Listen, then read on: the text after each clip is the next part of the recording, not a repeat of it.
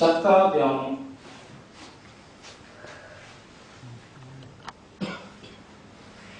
நம்ம உடம்புல 7 சக்கரங்கள் இருக்குன்னு சொல்றாங்க இல்லைங்களா? நாம இப்போ 10 சக்கரங்கள் பார்ப்போம்.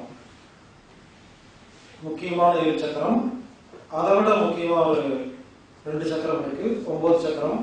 இப்படி மொத்தமா ஒரு 10 சக்கரத்தை பத்தி பார்க்க போறோம். முதல் சக்கரம் மூல ஆதார சக்கரம். இது எங்க இருக்குன்னு கேட்டீங்கன்னா, முதுகெலும்பு முடியுது இல்லைங்களா, வால் எலும்புன்னு சொல்லுவாங்க இல்லைங்களா, அந்த வால் எலும்புக்கு உள்ள உடம்புள்ள இருக்கு. அதுக்கு நேரா ஒரு ஆணி வச்சு அடிச்சா எங்க போகும்? அந்த நடுவுல சென்டர்ல. அது மூல ஆதார சக்கரம். இது மண்ணு சம்பந்தப்பட்ட சக்கரம். நான் ஏற்கனவே சொன்னேன், பஞ்சபூதத்துக்கும் நவகிரகத்துக்கும் சக்கரத்துக்கும் நிறத்துக்கும் ஒவ்வொன்றுக்கும் பீஜ மந்திரத்துக்கும் தானியத்துக்கும் மூலிகைக்கும் சம்பந்தம் இருக்குன்னு சொன்ன மாதிரி, இப்போ பஞ்சபூதத்துக்கும் சக்கரத்துக்கும் என்ன சம்பந்தம் பார்க்க போறோம். மூல ஆதார சக்கரம் மண்ணு சம்பந்தப்பட்டது. இரண்டாவது சுவாதிஷ்டானம். தொப்புல இருந்து 2 இன்ச்சு கீழே ஒரு சக்கரம், இது சுவாதிஷ்டானம் பேரு. இது நீர் சம்பந்தப்பட்ட சக்கரம். 3 தொப்புள். தொப்புள் பகுதியில கரெக்டா தொப்புள் இருக்கிற சக்கரத்துக்கு பேரு மணிப்புரம். இது நெருப்பு சம்பந்தப்பட்டது. 4 அநாகதம். இரு மார்புக்கும் இடைப்பட்ட பகுதியில் இருக்கிற நெஞ்சு குழியில் இருக்கிறது அநாகதம், காற்று சம்பந்தப்பட்டது. விசுத்தி. தொண்டை இருக்கீங்களா, தொண்டையில் இருக்கிறது விசுத்தி. இது ஆகாயம் சம்பந்தப்பட்டது. இரு புருவத்திற்கும் இடைப்பட்ட பகுதி ஆக்ஞை, புருவ மத்தி. இது புத்தி சம்பந்தப்பட்டது, இன்டலெக்சுவல். அடுத்தது உச்சந்தலை, சகசிராரம் சொல்லுவாங்க. இது மனசு சம்பந்தப்பட்டது. 7 சக்கரம் வச்சுங்களா, ஒவ்வொன்றும் ஒன்று சம்பந்தப்பட்டது. முதல் 5 சக்கரம் பஞ்சபூதம் சம்பந்தப்பட்டது. இது புத்தி, இது மனசு. இந்த உச்சந்தலையிலிருந்து ஒரு 2 இன்ச்சு நேர் மேல இந்த இடத்துக்கு பேரு குரு பீடம்னு பேருங்க. அது ஞானம் சம்பந்தப்பட்டது. கல்வி, அறிவு, ஞானம் சம்பந்தப்பட்டது. 2 கையை மேல தூக்குனீங்கன்னா பாருங்க, 2 கை மேல தூக்கி நமஸ்காரம் பண்ணா கை எங்க போகும்? இந்த இடம். 2 கை மேல தூக்கி நமஸ்காரம் பண்ணும் பொழுது இந்த உள்ளங்கையில 2 கை சேருது இல்லைங்களா, உள்ளங்கை மத்தியில் இருக்கிறது. இந்த இடத்துக்கு பேரு கடவுள் பீடம். 4 யோகத்தை பத்தி பார்ப்போம். கர்ம யோகம், கிரியா யோகம், பக்தி யோகம், ஞான யோகம். இதுல கடைசி 4 சக்கரமும் இந்த 4 யோகம் சம்பந்தப்பட்டது. யாரெல்லாம் புருவ மத்தியை கவனிச்சு தியானம் பண்றீங்களோ உங்களுக்கு புத்தி நல்லா வேலை செய்யும். இது கிரியா யோகம் சம்பந்தப்பட்டது. இது பிட்யூட்டரி கிளாண்ட் சொல்லுவாங்க. உடம்புல இருக்கிற எல்லா உறுப்புகள், எல்லா கிளாண்டுக்கும், சுரப்பிகளுக்கும் தலைவன், மாஸ்டர் கிளாண்ட். இது ஒழுங்கா வேலை செஞ்சா நாம கிரியா பண்றோம்னு அர்த்தம். இது கிரியா சக்கரம். உச்சந்தலை, சகசிராரம், இது மனசு. மனசு அமைதியா இருந்தா என்ன ஆகும்? யாரு மேலே கோபம், டென்ஷன், பயம் எதுவுமே வராது. எது நடந்ததோ நன்றாக நடந்தது, எது நடக்கிறதோ நன்றாக நடக்கிறது அப்படின்னு விட்டு போயிருமா? இது கர்ம யோக சக்கரம். இந்த இடத்துல தியானம் பண்ணா கர்ம யோகம் புரிஞ்சிருங்க. எதுக்கும் மனசு என்ன பண்ணும்? எதுக்கும் கவலைப்படாது, ஏதாவது விட்டு கொடுத்துரும். சும்மா இருக்கும் மனசு. அப்போ நம்ம கர்மயோகம் ஆட்டோமேட்டிக்கா வந்துடும். 2 இன்ச்சு மேல போங்க. குரு பீடம். குரு பீடம்னா டீச்சர். இது என்னது? ஞான யோகம். ஒவ்வொரு விஷயத்தை பத்தி கத்துக்கிறது. நமக்கு ஏதாவது புரியலன்னா இந்த இடத்துல தியானம் பண்ணி புரிய வச்சு பாருங்க. எனக்கு புரியல, எனக்கு புரியல, புரியலன்னு சொன்னீங்கன்னா அது ஆட்டோமேட்டிக்கா புரிஞ்சிடும். மனசை பத்தி புரியல, உடம்பு பத்தி புரியல, புத்தி பத்தி புரியல, உறவை பத்தி புரியல, பிசினஸ் புரியல, எது புரியலையோ இந்த 2 இன்ச்சு மேல அந்த குரு பீடத்துல வந்து தியானம் பண்ணா நமக்கு புரியறதெல்லாம் புரிஞ்சிடும். அடுத்தது மேல 2 கையை தூக்கணும், மேல போது பாத்தீங்களா? இது கடவுள் பீடம், ஆன்மீக சக்கரம், ஆன்மீக யோகா. கிரியா யோகம், கர்ம யோகம், ஞான யோகம், பக்தி யோகம் முடிஞ்சு போச்சு. முதல்ல 5 சக்கரத்தை நம்ம உடம்புல பஞ்சபூதங்களை ஆக்டிவேட் பண்ணி, பஞ்சபூதங்கள் ஒழுங்கா இருந்தா ஆரோக்கியமா இருக்குமா? அதுக்கப்புறம் கிரியா பண்றோம், அதுக்கப்புறம் கர்மயோகம் பண்றோம், அப்புறம் ஞான யோகம், கடைசியா பக்தி யோகம் முடிஞ்சு போச்சு. 10வது சக்கரம் புருவ மத்தி கொண்டு வரும். மூலாதாரம், சுவாதிஷ்டானம், மணிபூரகம், அநாகதம், விசுத்தி, ஆக்ஞா, ஆக்ஞை, லலாடம். இதுக்கு பேரு ஆக்ஞா, லலாடம், புருவமத்தி, நிறைய பேர் இருக்கு. சகசிராரம், குரு பீடம், இறைவன் பீடம், கடவுள் பீடம், கடைசியா 10வது சக்கரம் இங்க வரணும். இங்க வந்து தியானம் பண்ணணும். இது எல்லாம் ஆக்டிவேட் பண்ணிட்டு இங்க வந்துட்டோம்னா எல்லாம் ஒழுங்கா வேலை செய்யும். அப்ப மூலாதாரம் என்ன சக்கரம்? மண் சக்கரம். அப்போ உதடு, வாய், இரைப்பை, ஸ்பிளீன், மண்ணீரல், கவலை, இது சம்பந்தமா யாருக்காவது பிரச்சனை இருந்தா அந்த சக்கரம் பாதிச்சிருக்கும். சக்கரங்களை ஆராய்ச்சி பண்றதுக்கு ஒரு கேமரா இருக்குங்க. உங்க கையை கொண்டு போய் ஒரு மிஷின் வச்சீங்கன்னா, கம்ப்யூட்டர் மிஷின் இருக்கு, வச்சீங்கன்னா உங்க சக்கரா சொன்னா என்ன கலர் இருக்கு, அது எப்படி டிஸ்டர்பன்ஸ் ஆயிருக்கு அப்படின்னு கண்டுபிடிக்கிறது ஒரு மிஷின் இருக்கு. போட்டோ எடுத்து கொடுப்பாங்க. ஆனா எனக்கு அது எந்த அளவுக்கு அது உண்மைன்னு தெரியல. நான் அந்த போட்டோஸ் எல்லாம் எடுத்துருக்கேன். அது இருக்குங்க, 7 வருஷம் 10 வருஷத்துக்கு முன்னாலே இருக்கும். அப்ப பாம்பேல மட்டும்தான் இருந்துச்சு, எல்லா இடத்துலயுமே இருக்குது. அந்த போட்டோல எந்த சக்கரம் வீக்கா இருக்கு, என்ன கலரா இருக்குன்னு பார்ப்பாங்க. அதை வச்சு உடனே சொல்லிடலாங்க. எந்த சக்கரம் வீக்கா இருக்கோ, கடனா இருப்பீங்க, நோயா இருப்பீங்க, பிசினஸ் இப்படின்னு ஜாதகம் பார்க்குற மாதிரி சக்கரத்தை வச்சு பார்த்துறாங்க. ஒண்ணு இல்லைங்க, மறுபடியும் சொல்ல பாத்தீங்களா, எதா இருந்தாலும் பஞ்சபூதம் தான். வெறும் சக்கரத்தை மட்டுமே டியூன் பண்ணி சில பேர் எல்லா நோயும் குணப்படுத்திட்டு இருக்காங்க. உலகத்துல எல்லாருமே எல்லா நோயும் குணப்படுத்துறாங்க. எல்லா டெக்னிக்கும் நல்லா இருக்கு. என்னன்னா எதையாவது பண்ணி பஞ்சபூதத்தை ஒழுங்கு பண்றாங்க.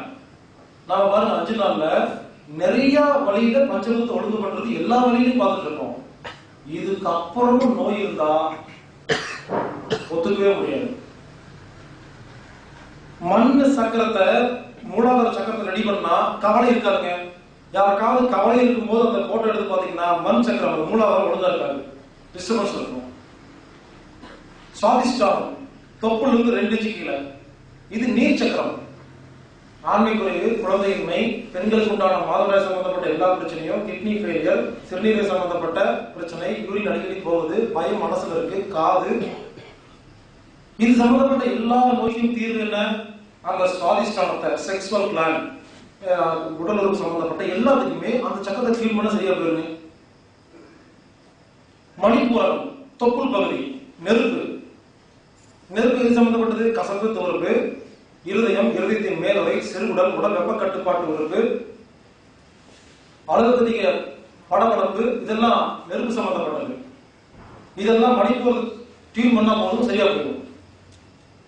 அநாகதம் இரு மார்புக்கும் இடைப்பட்ட பகுதி. காற்று ஆஸ்மா, வீசிங், நெஞ்சு சளி, நிமோனியா, சைனஸ், மூக்கடைப்பு, மலச்சிக்கல், சொரியாசிஸ், ஸ்கின் டிசீஸ், எக்ஸிமா எல்லாத்துக்குமே இங்க டியூன் பண்ண போதுங்க சரியா போயிடும். விசுத்தி ஆகாயம் தைராய்டு, கால் பிளேடர்.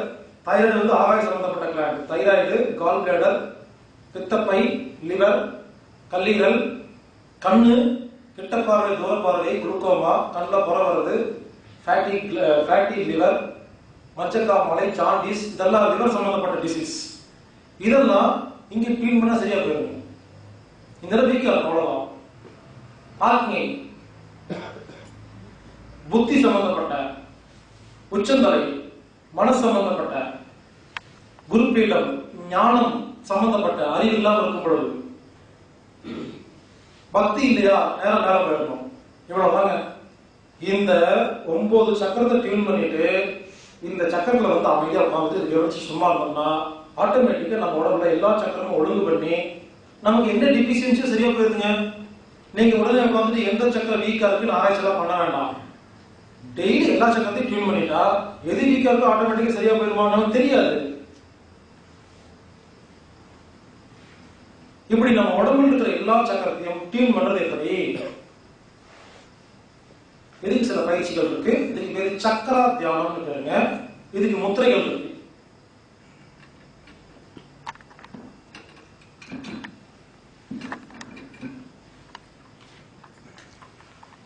மூலாதார சக்கரம். இந்த சக்கரத்துல நாம வச்சு தியானம் பண்ண போறோம். அதுக்கு முத்திரை எழுதுறீங்களா பாருங்க. சின்முத்ரா இருக்கீங்களா? இந்த சின்முத்ரால வலது கையை மேல வச்சு இடது கையை கீழே வைக்கணும். நான் திருப்பி காட்டுறேன் பாருங்க. இப்படி இல்லை, இப்படி வைக்கூடாது. தூரமா இருக்கும் பாக்குறதா வச்சிருக்கேன் பாருங்க. இப்படி வைக்கணும். இந்த மாதிரி 2 ஆள்காட்டி விரல ஒன்னா சேர்ந்துருக்கணும். ஒரு கை மேல ஒரு கை வச்சிருக்கணும். வலது கையை மேல வச்சு இடது கையை கீழே வச்சா இதுக்கு பேரு பைரவ முத்திரைன்னு பேருங்க. ஆண்கள் இந்த மாதிரி பிடிச்சுக்கணும். பெண்கள் இடது கையை மேல வச்சு வலது கையை கீழே வைக்கணும். இது பைரவி முத்திரைன்னு பேரு. இந்த முத்திரைய அந்த மூலாதாரம் இல்லைங்களா அங்க லேசா டச் பண்ணணும். இது தியானம் பண்ண போது இப்ப முதல்ல இன்ஸ்ட்ரக்ஷன் கொடுத்துறேன். கடைசியா தியானம் பண்ண வச்சுக்கலாம். அந்த இடத்துல வச்சு தியானம் பண்றோம். அடுத்தது சுவாதிஷ்டானம். அதே முத்திரை தொப்புல இருந்து 2 இன்ச்சு கீழே. மணிப்பூரகம் பைரவி முத்திரை மணிப்பூரகம். அநாகதம் இங்க வரும் பொழுது நமஸ்கார முத்திரை வைக்கணும். பாருங்க, நமஸ்கார முத்திரையில 2 கட்டவர்கள் இருக்கு இல்லைங்களா? இது லேசா தொட்டு இருக்கணும். இந்த மாதிரி கட்டவர்கள் மட்டும் தொட்டு இருக்கணும் லேசா. அந்த இடத்துல ஞாபகப்படுத்திருக்காங்க. அடுத்து விசுத்தி நமஸ்கார முத்திரை. தொண்டையில லேசா டச் பண்ணி இருக்கணும். ஆக்னி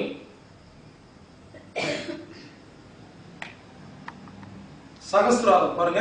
மான் முத்திரை. இந்த பாபா வைக்கிற மாதிரி பாருங்க. இந்த மாதிரி மான் முத்திரை இருக்கணும்.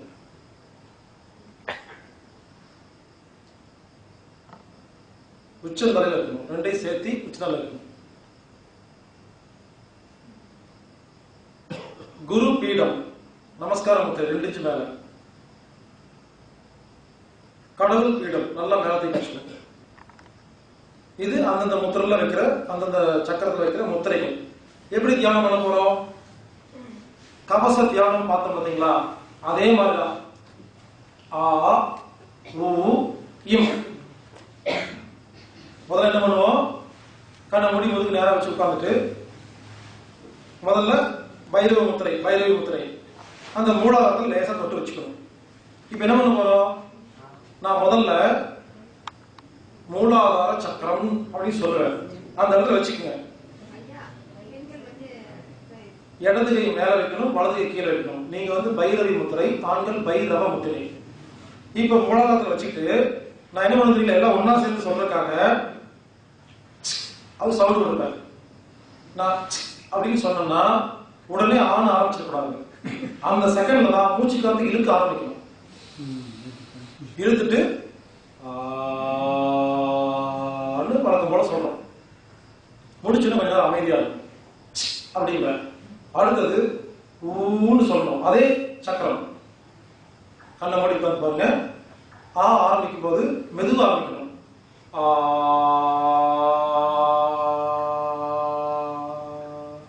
மேல போய் கீழே வரணும்.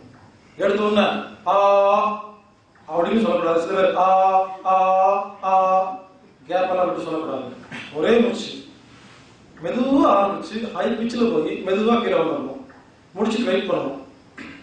அடுத்து ஓ நல்லா உதட்ட மூச்சு.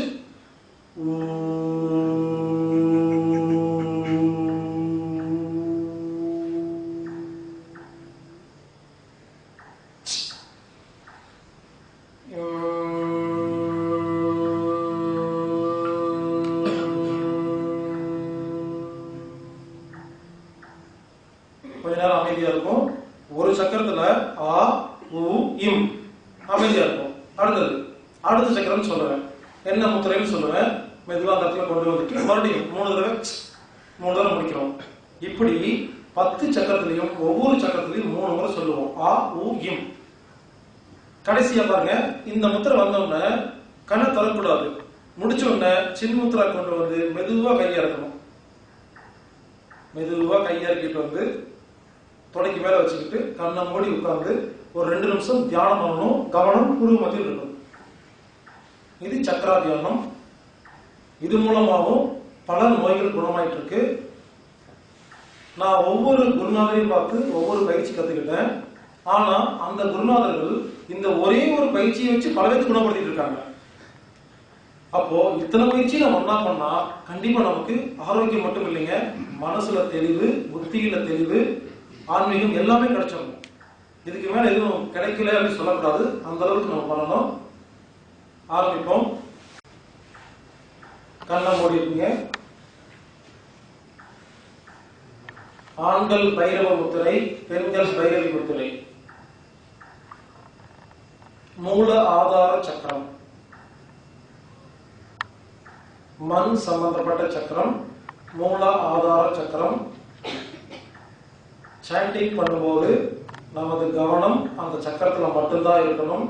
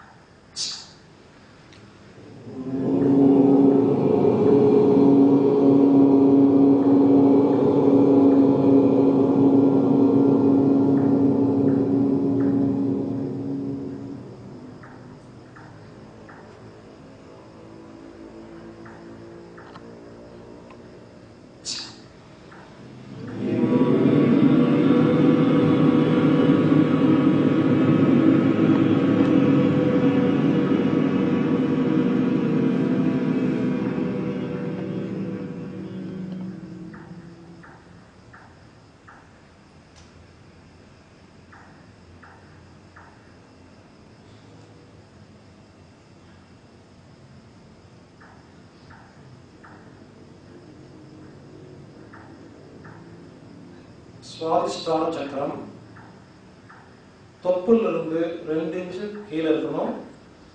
பைரவ பைரவி முத்திரை, நீர் சம்பந்தப்பட்ட சக்கரம். கவனம் சக்கரத்துல மட்டும்தான் இருக்கணும்.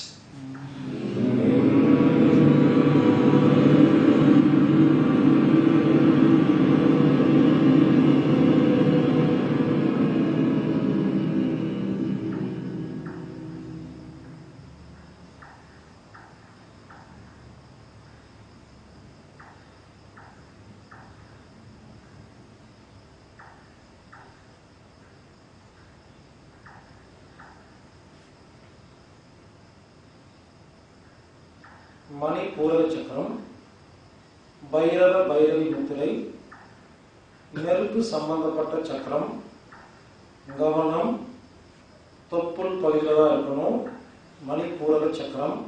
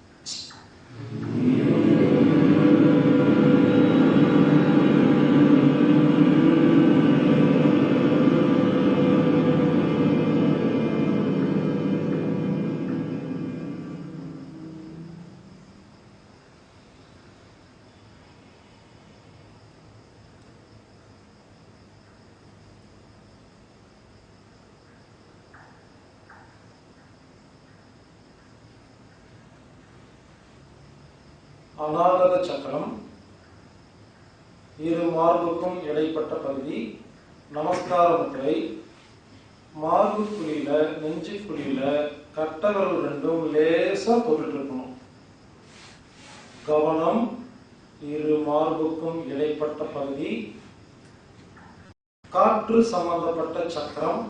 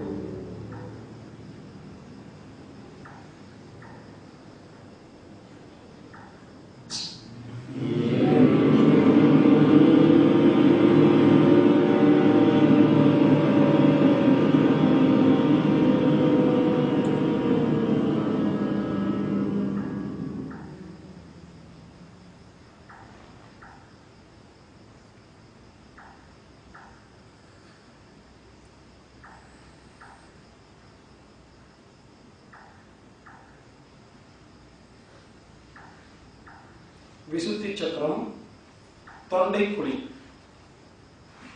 நமஸ்கார முத்திரை. கட்ட விரல் ரெண்டும் லேசா தொண்டையில தொட்டு இருக்கணும். ஆகாயம் சம்பந்தப்பட்ட சக்கரம்.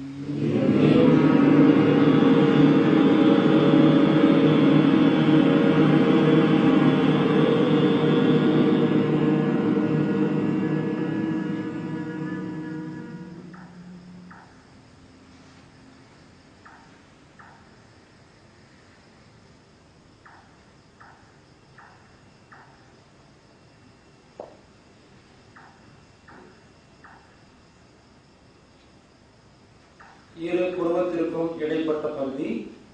ஆக்ஞா சக்கரம்.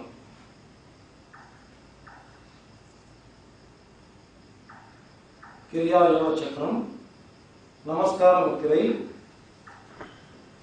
இரு புருவத்திற்கும் இடைப்பட்ட பகுதியில லேசா தொட்டு இருக்கணும். கை கட்டவர்கள் இரண்டும். கவனம் இரு புருவத்திற்கும் இடைப்பட்ட பகுதி.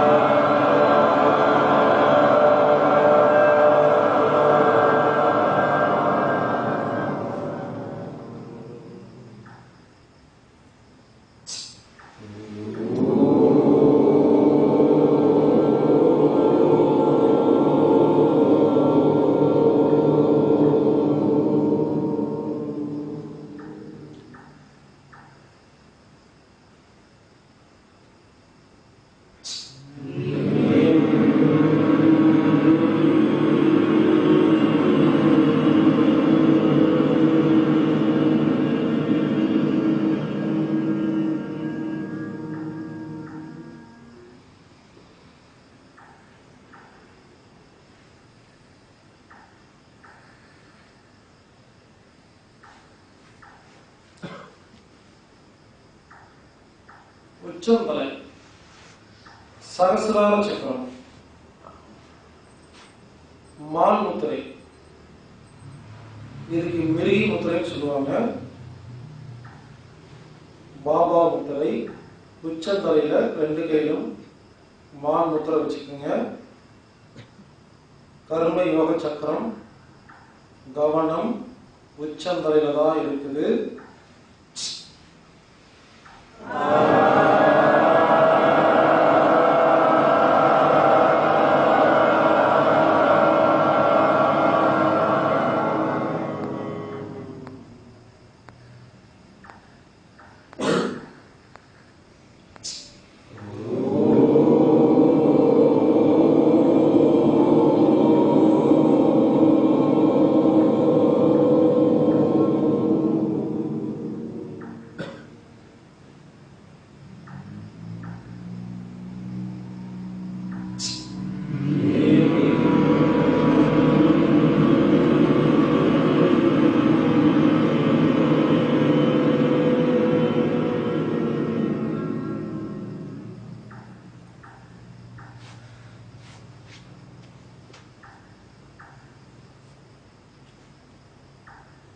உச்சந்தலையிலிருந்து 2 இன்ச்சு மேல குரு பீடம்,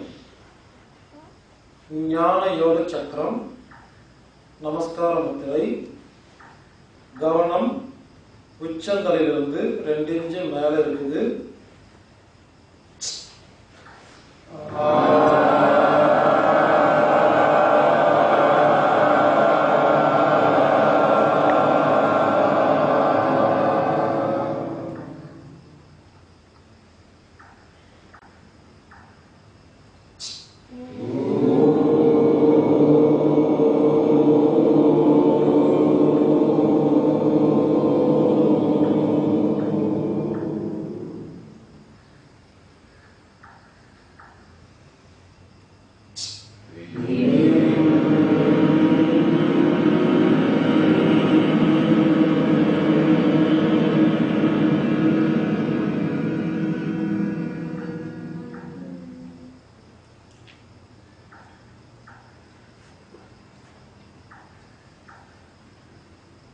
இறைவன் பீடம், கடவுள் பீடம். கையை 2 நல்லா மேல தூக்கி நமஸ்கார முத்திரை வச்சுக்கோங்க. கவனம் அந்த இடத்துல தான் இருக்கணும். பக்தி யோக சக்கரம்.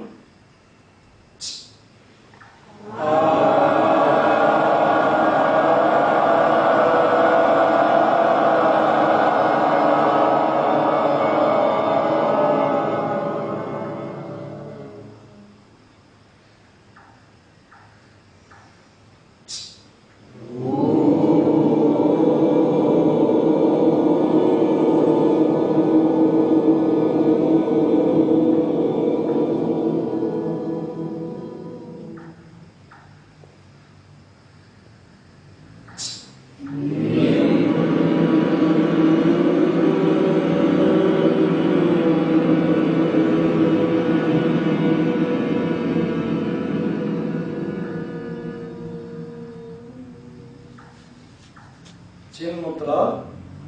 கைகளை பக்கவாட்டுல மெதுவா கீழே இருக்குங்க. தொடைகளுக்கு மேல சின் முத்ரால கையை வச்சுக்கோங்க. கண்கள் மூடிய நிலை. முதுகு நேரா இருக்கு. கவனம் இரு புருவத்திற்கும் இடைப்பட்ட பகுதி. 10வது சக்கரம். பொட்டு வைக்கிற இடம். ஆக்ஞா.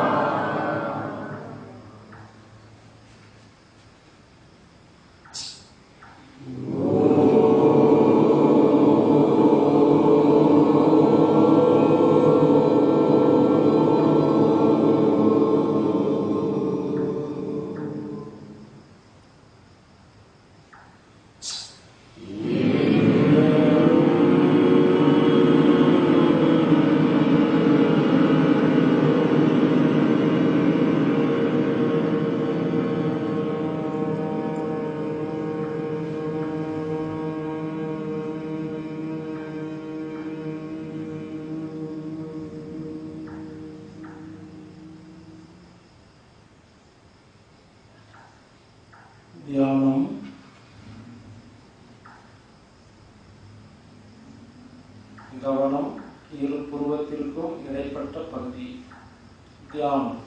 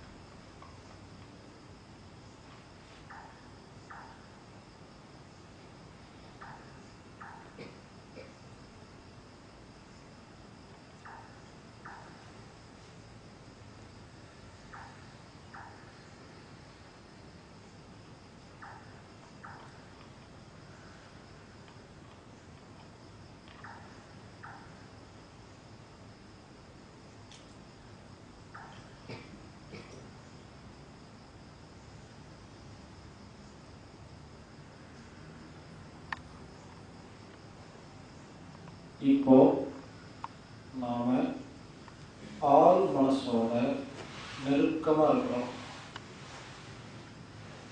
உங்க வாழ்க்கையோட மிகப்பெரிய லட்சியத்தை 3 முறை திட மனதுடனும் நம்பிக்கையுடனும் உங்க ஆள் மனசுல சொல்லிக்கங்க. இப்ப நீங்க எதை பத்தி நினைக்கிறீங்களோ அது உங்க வாழ்க்கையில கண்டிப்பா நடந்துடும். அதனால நீங்க நினைக்கிறது நல்ல விஷயமா இருக்கணும்.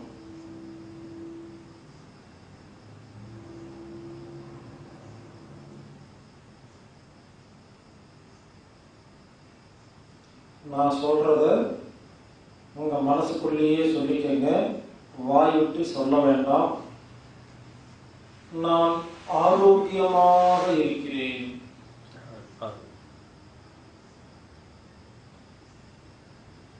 நான் அமைதியாக இருக்கிறேன். நான் நிம்மதியாக இருக்கிறேன்.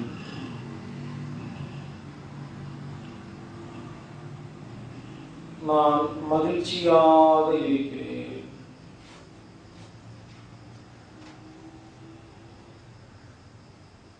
நான் சந்தோஷமாக இருக்கிறேன்.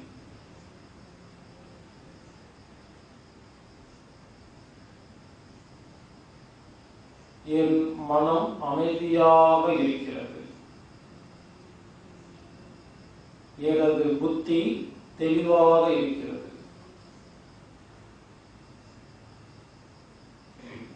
நான் என்றும் இறை சிந்தனையுடன் இருக்கிறேன். நான் புத்திசாலி. நான் பலசாலி. வாழ்க வையகம். மெதுவா 2 கையையும் லேசா உரசி கண்களுக்கு மேல மசாஜ் பண்ணிட்டு உள்ளங்கையில முதல்ல முடிச்சு பாருங்க. அதுக்கப்புறமா மற்ற விஷயங்களை பார்க்கலாம்.